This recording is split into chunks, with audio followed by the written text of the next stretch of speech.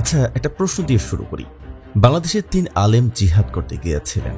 আসলে কি তারা জিহাদ করতে গিয়েছিলেন নাকি জেল্লা দেখাতে?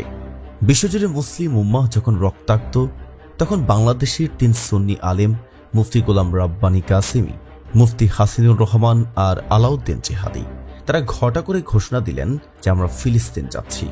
আর সেই ঘোষণায় হাজারো মানুষ চিৎকার করে উঠল, আল্লাহু আকবার, আলিমগণ জিহাদে যাচ্ছে। কিন্তু পর্দা সরে যেতেই যা বের হলো তা এক বিশাল নাটক, কিংবা বলাই যায় একটা সুপরিকল্পিত তামাশা। তারা কি করলেন জানেন?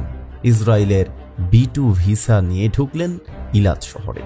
হ্যাঁ, ঠিক শুনছেন, ইসরায়েলের পর্যটন শহর ইলাত, যেখানে সমুদ্রের ধারে পতাকা ওড়ে ইসরায়েলের, যেখানে কোনো গাজা, কোনো যুদ্ধ, কোনো রক্ত নেই। সেলফি তুললেন, লাইভ দিলেন, ক্যাপশনে দিলেন ফিলিস্তিনে আছি। আর তাদের ভক্তকুল হাউ কাউ করে ছড়িয়ে দিল যে জিহাদের ময়দানে নেমেছেন আমাদের মুফতিরা। কিন্তু বাস্তবে কি বলছে? ইলাত গাজা থেকে 250 কিলোমিটার দূরে। ফিলিস্তিনের যুদ্ধ চলছে গাজায়, রাফায়, আর তারা বসে আছেন ইসরায়েলের হোটেলে।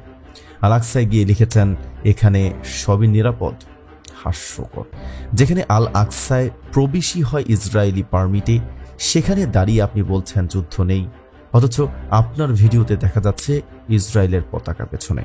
আপনার পাসপোর্টে কোনো ছাপ্পর নেই, কারণ ভিসা দেওয়া হয়েছে বিশেষ প্রিন্টেড কাগজে। আপনার ঢোকা সম্ভব হয়েছে তাভা বর্ডার দিয়ে মোসাদের অনুমতি নিয়ে। তাহলে প্রশ্ন আসে, আপনারা কি সাধারণ বাংলাদেশি মুসলমান, নাকি বিশেষ অনুমতিপ্রাপ্ত অতিথি হিসেবে গিয়েছেন? কে দিল আপনাদের এই অনুমতি? কেনই বা দিল?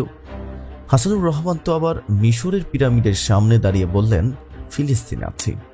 ছবিতে স্পষ্ট লেখা আরব রিপাবলিক অফ ইজিপ্ট। উনি তো মনে হয় গুগল ম্যাপও ঠিক মতো চালাতে পারেন না। আরেকজন আলাউদ্দিন জিহাদি, তিনি তো বিখ্যাত গালাগালির জন্যই।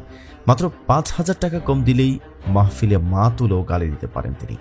এই লোক এখন ফিলিস্তিনের দাওয়া দিচ্ছেন। 3 জনই এখন পর্যটক সেজে ঘুরছেন মাজার মসজিদে, কিন্তু দেশে ফিরে বলবেন আমরা জিহাদ করে এলাম। জিহাদ নাকি জিহাদ দর্শন? বাংলাদেশ সরকার বলেছিল যে পাসপোর্টে অ্যাকসেপ্ট ইসরায়েল এই লেখাটা মুছে দেওয়া হয়েছে শুধু দেখতে সুন্দর না বলে। কিন্তু বাংলাদেশ তো এখনো ইসরায়েলকে স্বীকৃতি দেয়নি। তাহলে আপনারা কিভাবে গেলেন সেখানে? প্রশ্ন তুলতেই হবে সরকারকে, কিংবা এই 3 জন জিলাপিকে। আপনারা তো কথা বললেই অন্যদের ইসরায়েলের দালাল বলেন। আজ আপনাদের মুখে এই দালালি কেমনে মানায়? 3 জন আলেম, 3 জনই ফাঁকিবাজ আর 3 জনই ধোঁকাবাজ। এরা কেউ ফিলিস্তিনের জন্য যাননি যুদ্ধ করতে, যাননি কোনো সাহায্য নিয়ে। তাহলে কেনই বা গেলেন সেখানে? তাও ফিলিস্তিন না গিয়ে গেলেন ইসরায়েলে। আপনারাই বলুন দর্শক, এই 3 আলেমকে কি চোখে দেখবে বাংলাদেশের সাধারণ সুন্নি মুসলমান?